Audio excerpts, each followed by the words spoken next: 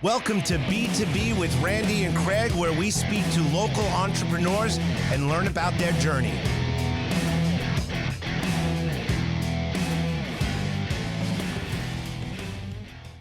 Welcome to B2B, where we discuss the rise, the falls, and the kick. No, we're not going there. We're not going there. Hey, I'm Randy, and I'm with Craig from That's a Wrap Productions. and today's guest, Adam Zimmerman from Syl-Lee Antiques. You got a Welcome, name welcome. right. I got it. We got our first question for you. Why antiques? Well, I grew up in this business, so antiques kind of is in my blood. My father did it before me, and here I am. And there you go. Is your father an antique? If he was still alive, yeah. So, being in the antique world, what is your slogan? What's your catchphrase? So basically, I'm the guy that could tell you if what you have is trash or treasure. Trash or treasures? You know who was just in here? I'm going to bring back in Ted, college hunks, hauling junk and moving. Come in. Get in here, Ted. So, You two should meet. Adam, Good to see Ted. you. All right. Here's a good. So you go into a house. Yep. People think it's gold. You have to give them the bad news. The next call would be Ted, right?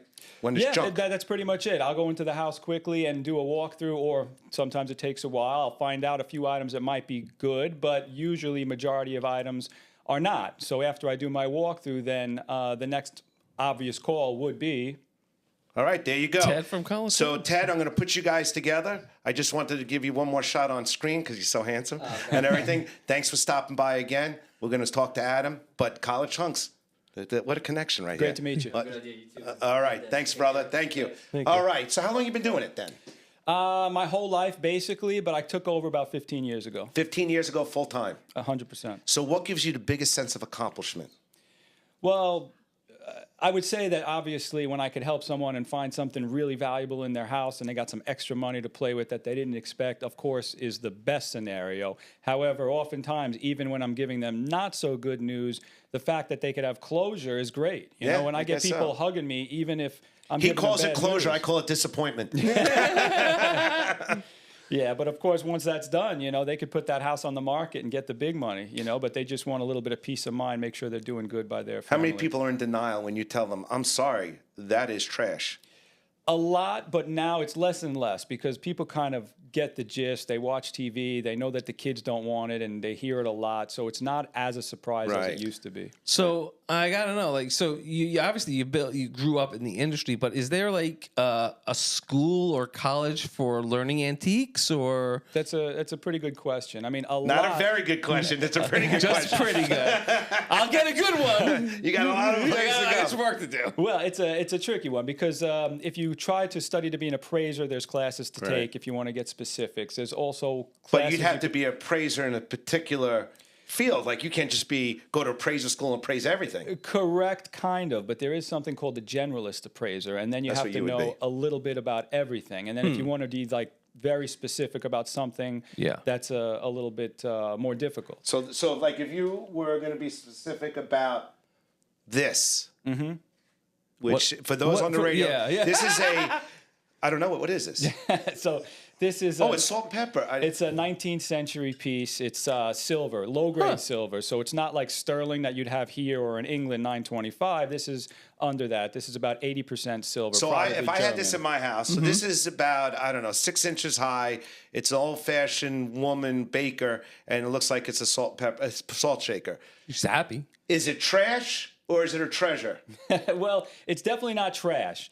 Now, this is something in the silver value on something like this is only about $50, $75. But because of the motif, because it has the look and it's just kind of cool, you know, this is a piece of probably $300 to $500 at auction. That's not trash. No. That's not trash. So That's how good. long does it, on average? I mean, I'm sure there are a variety of things that you look at, but how, on average, how long does it take you to say this is garbage? Or this is something just saw really him do it. valuable? It took him 2 No, seconds. I'm saying, is that your Well, I average? mean, What kind of question is that? Is that your He went average from- time? He went from a fairly good to crappy question. Can't all be winners, Well, right? basically, some items I see literally. I'll see in one house. I'll go to another house. I'll see the same item. So I know a lot of things right away, immediately. But there's Hummels. certain things. Yeah, like this is a piece I have 100 times. I grew up with these kind of pieces. Hummels, you know, everybody's grandmother had those. Yeah. Yeah, this was something World War II. A lot of people started gifting them back in the day when they were in the military, and then it just kept going. They would say any present for grandma was always an easy Hummel. So this is trash or treasure?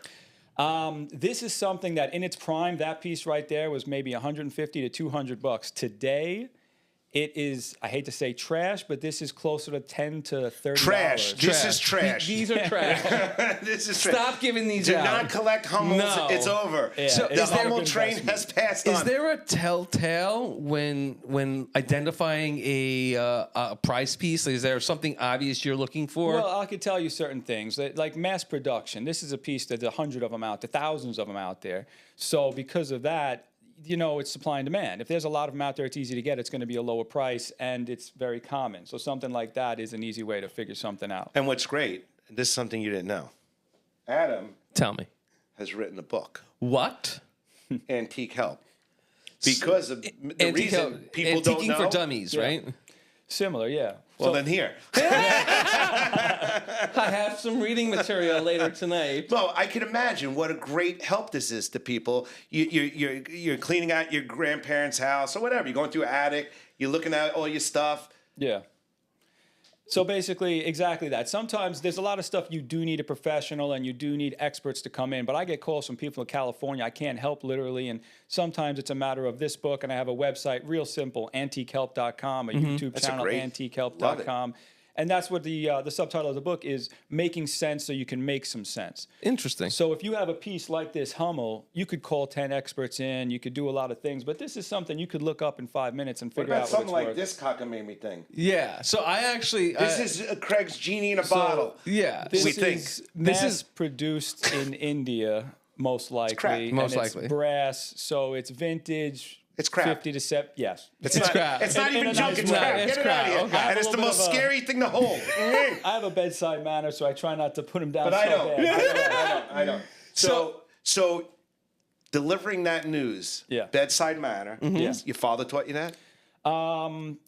A little bit, yes. My father was a little bit more abrasive. It was a different time, but he Sounds was like my kind of guy. very, very good at what he does. I was in the hospitality industry for half my life, so Oh, really? helping people in difficult situations, correcting things that are, mistaken and things like that. People losing their car because the valet gave the wrong car to people. I've dealt with every crazy situation you can imagine. I bet you never dealt with my grandmother when she came into the restaurant. My grandmother would order soup and say it's so hot, put ice in it and send it back because it's too cold. Too cold, yeah. So that's the kind of stuff you Tells you a with. lot about the family, I right? deal with a lot of my clients are either the children of those people or those people themselves. They're moving from a big, mansion over here in Right. Old Westbury, or like just a regular 5-bedroom house, whatever it is. But they're going to a condo in Florida with a lot less space. Right. So when the kids are trying to help them move, I have to break the bad news to grandma in the nicest way possible. And then call Ted. Right. And right. then, call yeah, Ted. that's the last call. So let's just say you had something that was of value and it got chipped. Yeah. Is there repair? Is there any repairing it to restore What's its the value? item? What's the item? Yeah, A it's- ceramic cat. No, it's garbage. It's garbage. In most cases, yeah, because like if you take this piece, which I do like, and it probably is worth 30, 40 Let's talk bucks. about this piece. So this is McCoy. What is this? Ceramic? What is This is pottery. So this is a piece that was very, Roseville, McCoy, Hull are all companies that were very popular in the 80s, 90s when all the grandma type people were collecting them. Right. And it used to be great. But unfortunately, the kids don't want to dust these things like Yeah, we spoke that's about. what he says. So something like this in its time was probably, and you shouldn't grab by the handle because sometimes it'll come right off. I but told you. this used to be worth 150, 250, even 350 on a good day. Today, without looking it up, 25, 40 bucks. Trash. trash. Correct. Yeah. So you can say, so if you had something that was at one point a priceless item, right? Yeah. And it got chipped. Yeah. Can you repair it? You can repair it, and you could do it like an easy way and don't spend too much money. You could spend a lot of money. Like if you have a $10,000 piece, you want to fix it, maybe you want to put some money into doing it the right way, and you could pay for it. However, it will always be a repaired piece, and you will never get the money for a piece that's lived 50, 100 years Got it. and maintained its, its condition. How did you go from hospitality, your dad's building this business? Tell me how that gap was bridged. So basically, I was in Miami. I was a single guy in Miami, which was awesome.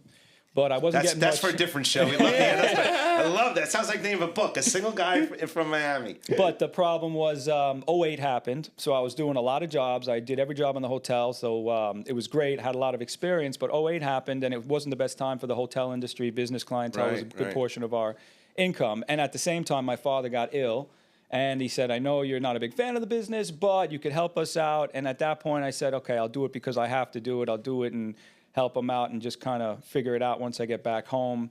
And when I got there, I'll tell you, he had a great reputation, but it was when the business started to change. So when I first took over, he had no website. He had no brick and mortar. And we did no business in Manhattan. So the first thing that I did was we got to do some websites. Now we have 5 websites. Wow. Doing multiple things. I have 2 stores in the city, which, no one trusts you unless you have a store. You gotta have an address. So I have 2 stores in the city, and I would say 80% of our business is now Manhattan. So I started that back then, and now it keeps growing. So let's talk about the stores, because there's different. I know some antique stores are consignment shops. Yeah. That's not what you have. You have full brick and mortar that are your stores? So I have a couple different things. One is downtown, and my sister runs that store, and it's more for like the smaller What is it items called? and the costume jewelry. Again, it's Syl-Lee Antiques. It's just downtown. I have another place uptown. This is more for decorators and designers, which is basically 1950s, mid-century modern furniture design and artwork. And it's beautiful. Like, it's exactly what you see on all the What's Instagram. the address of both stores? So Upper East Modern is the uptown store, and that's 315 East 91st Beautiful. Street. And that's great if you want to walk through a designer designer and kind of pick out some beautiful items. We have it. You have delivery service and everything, right? Yeah, we can Obviously. work all that out anywhere. And when we it's artwork for investment purposes, or if you want something beautiful on your wall, we'd have both. And then again, the furniture is really hot right now. I would like something beautiful on my wall. Right. Well, we don't talk about that, though. So if you're just tuning into WBAB or iHeartRadio, Spotify, or Apple, wherever you're getting your podcast, we are sitting here with the very well-known, the infamous Adam Zimmerman from Syl-Lee Antiques. Not only infamous, he is a writer. He has a book. I don't have a book. I wish I had a book. No one would buy it. They buy it. They buy it, right? Cliff Notes. So Randy likes to say that judge me not by my mistakes, but how I correct them. Right? Mm-hmm. Have you ever mistakenly valued something wrong and found out, or? That's a pretty scary question. No, he's always been 100% right. No, listen, in this business, you're not going to know everything. So in order to protect myself for the most part from those situations, is if it's something that I'm not sure of, I have experts in every field. Like if you have something that's, let's say, Russian, Cyrillic, I can't read Cyrillic. Right. Okay. But I have an expert. Well, I can. Well, listen, maybe I should. You're my new expert. You're on But payroll. I have experts in that. Chinese experts. I can't read Mandarin. I kind of know what I'm looking at, but if it's something high end enough, and it has potential to be a lot, I have experts to make sure I don't make a mistake when I'm evaluating something. It's like when I watched that on that TV show where down in Vegas, at the pawn shop, right? Yeah. So he always has an expert. He comes in. Yeah. Not porn. That's what I get said. your mind out the gutter. Correct. Yeah, I mean, that's pretty much a story of my life. Like, if I'm in a house, oftentimes, like I was in a house yesterday 5 times, and it was, I took 100 pictures, and I sent them to 8 different experts within 30 minutes. Was anything trash or treasure? It was a lot of trash, and then one of the pieces I actually have here. But they did have some treasure. They had some art glass that was pretty good, and they had some other things mixed in. But Show us which one here was from that house. So this box right over here. This? Yeah, and it is 2 hands in, Randy. I don't want you to. He's gonna owe him a lot of money. So this piece is actually one of the only pieces in the house that was not antique. This is probably from the 80s. It's just a real cool looking box. It's malachite really cool. with inlay. I'm probably going to keep this one myself. But this was in the house, and majority really stuff cool. was This old, is but this heavy. is good. Yeah, this is actually malachite. So What's it's all real malachite? stone. Type of stone? It's a type of stone, and the inlaid is inlaid stones are going to be like tiger's eye, amethyst, That's lapis lazuli. There's a beautiful. ton in there. Did they tell you a story where it came from, how they got This it? Or they was have no idea. her uncle collected boxes, so we had over 300 boxes, most of which were wood, not worth a ton. But this one, like I said, because it has the look that I could put in a decorator designer type house, they could throw this in on a table and it would look great in just about any house That was right terrific. So I got to ask my $1 million question of the day, right? My family is known to ask me to come out and, shoots things on my family time, right? I got nervous. I didn't know where he was going with this for a second. Uh-oh. When you go to family events, how do people like, hey, man, What's this worth? What's this worth? Yeah, I mean, a little bit. At this point, the family's probably done it already multiple times. Sometimes they'll ask me a question, like my cousin asked me. He's like, I have this bronze piece. Can I clean it? And they'll ask me questions like that, how to maintain it, what's Right. worth some Well, that's money in fair. general. But yeah, I am the guy who answers those quirky questions. Do you live in Manhattan? Do you live on Long Island? So I live in Long Island on the South Shore in Merrick. Nice. And I Nice. grew up there as well. Did take a break in Miami, but I ended up back where I A started. lot of people have done that. They go to Miami, realize, and they come back, and Yeah. then you'll end up back there again. Yeah, who knows? All right, let's ask about this antique. Growing up, I was a big Planet of the Apes fan. Oh, Yeah? Lord. This is a movie advertisement from Wednesday, June 26th. I don't know what year, but it wasn't even in color. Is it worth it? Is it trash or junk? Again, I would never trash it, but this is probably going to be in the lower end of things. I will tell you Sorry, Randy. Crapola. that collectibles are really hot right now. It's one of the things that came back. Specifically, though, they want like graded baseball cards, graded comic books, investment stuff, something that you could buy today for, let's say, 10 grand, 15 grand. In 10 years, you will double your money. So that collectible stuff is hot. Got Movie it. memorabilia, sports a little bit, but it's got to be the best of the best with provenance. What was the weirdest thing anyone's ever given you? Don't say my piece. And